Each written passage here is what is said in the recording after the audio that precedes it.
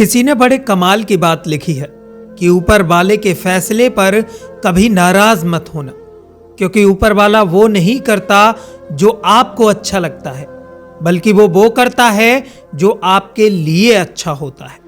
दोस्तों, ये कहानी है एक सेल्स मैनेजर की, जो करीब 2-2.5 साल से एक कंपनी में काम कर रहा था। वो हर बात के लिए ऊपर वाले का धन्यवाद करता था। उसको लगता था कि उसकी जो जॉब लगी है वो ऊपर वाले की कृपा से लगी है। हर पल हर क्षण वो ऊपर वाले का धन्यवाद करता था। वो जब भी घर से बाहर निकलता तो भगवान को प्रणाम करके निकलता। जब भी घर में आता तो भगवान को प्रणाम करता कि आपने मुझे सही सलामत घर पहुंचा दिया। लेकिन जब भी उस व्यक्ति के साथ कभी कभी बुरा हो जाता था, उसे लगता था कि पता नहीं क्या चाहता है ऊपर वाला। 2-2.5 साल से एक ही कंपनी में काम कर रहा था, लेकिन उसकी सैलरी नहीं बढ़ रही थी। वो सोच रहा था कि किसी और कंपनी में काम मिल जाए। उस व्यक्ति को एक बार पता चला कि दूसरी कंपनी में वैकेंसी है, तो उस व्यक्ति ने अपना रिज्यूम उस कंपनी में लगा दिया। उस कंपनी से एक व्यक्ति का उसके पास फोन आया और वो कहता है कि मैं फाइनल इंटरव्यू के लिए आपको कॉल करूंगा। उसने डेट तो उस व्यक्ति को बता दी, लेकिन टाइम नहीं बताया कि किस टाइम कॉल करेगा। उसने जो डेट बताई थी वो आने वाली थी। अगले दिन उसे इंटरव्यू के लिए कॉल आनी थी। वो सोच रहा था चलो अब इस कंपनी से पीछा छूट जाएगा। उसने सुबह जल्दी उठने के लिए अपने फोन में अलार्म लगा दिया, और जब वह अगले दिन जगा तो जो उसने अलार्म लगाया था 5 बजे का, उसे पता ही नहीं चला कि वो कब बज गया। उसकी नींद करीब 7-8 बजे खुली थी।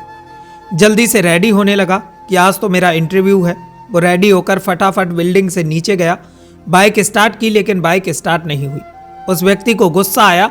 उसने बाइक को वहीं छोड़ दिया और सड़क की तरफ पैदल पैदल निकल गया और ऑटो में बैठकर ऑफिस के लिए निकल गया। लेकिन जब वो ऑफिस पहुंचा तो लेट हो चुका था। बहुत गुस्से में था। वो जैसे तैसे काम कर रहा था और सोच रहा था कि बस उस कंपनी से कॉल आ जाए तो इस कंपनी से मेरा पीछा छूट जाए। उसका लंच हो गया, लेकिन दूसरी वाली कंपनी से कॉल नहीं आया। लंच टाइम में ऑफिस की कैंटीन में पहुंचा, क्योंकि वो घर से सुबह जल्दी निकला तो अपना टिफिन भूल गया। कैंटीन में पहुंचा तो उस दिन कैंटीन बंद थी। उसे बहुत गुस्सा आ रहा था कि क्या दिन है आज का। वो सोच रहा था पता नहीं आज मेरे साथ ऊपर वाला क्या कर रहा है। शाम को तकरीबन 6-7 बजे उसके पास एक कॉल आती है, उसी कंपनी से जिसका उसे इंतजार था। और उस कंपनी से एक व्यक्ति सवाल पूछने लगा, लेकिन बीच में अचानक से फोन डिस्कनेक्ट हो गया। जब उसने अपने फोन की तरफ देखा तो फोन स्विच ऑफ हो गया, क्योंकि उसके फोन में बैटरी नहीं थी। उस व्यक्ति को बहुत गुस्सा आया। फाइनली शाम को सोच रहा था कि आज का दिन बहुत खराब हो गया, अब घर जाकर आराम करूंगा। घर पहुंचा, उसने खाना खाया और अपने बिस्तर पर पहुंच गया। लेकिन उस समय भी लाइट चली गई। अब जो उसका गुस्सा था वो और ज्यादा बढ़ गया। वो कहने लगा, हे भगवान, मैं तुम्हें इतना ज्यादा मानता हूं और तुम ये क्या कर रहे हो मेरे साथ। गुस्से गुस्से में पता नहीं उस व्यक्ति को कब नींद आ गई और वो सपने में भगवान से बात कर रहा था। और वो भगवान से कह रहा था कि आप क्या चाहते हैं मेरे साथ। मैं आपकी इतनी पूजा पाठ करता हूं, मैं आपको इतना मानता हूं, लेकिन पता नहीं आप मेरे साथ क्या कर रहे हैं। आज का दिन कितना खराब था। अलार्म नहीं बजा, बाइक खराब हो गई, ऑटो बड़ी मुश्किल से मिला, यहां तक कि उस कंपनी से कॉल आया तो फोन बंद हो गया। भगवान ने उस व्यक्ति से कहा, जो कुछ भी आज हुआ वो मेरी मर्जी से हुआ। तेरा अलार्म कब बज गया ये मैंने तुझे पता नहीं चलने दिया। तेरी बाइक को भी मैंने खराब किया, क्योंकि अगर आज तू बाइक से ऑफिस जाता तो रास्ते में तेरा एक्सीडेंट हो जाता। आज तेरा एक्सीडेंट होना लिखा था। अच्छा हुआ आज कैंटीन बंद थी, क्योंकि उसका खाना खराब हो चुका था, और अगर तू उस खाने को खाता तो तू बीमार हो जाता।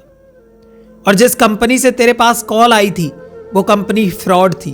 वो नौकरी के नाम पर लोगों से पैसा ठगती है, इसलिए अच्छा हुआ तेरा फोन स्विच ऑफ हो गया। और ये जो लाइट गई, अगर ये लाइट नहीं जाती तो आज तेरे घर में शॉर्ट सर्किट की वजह से आग लग जाती।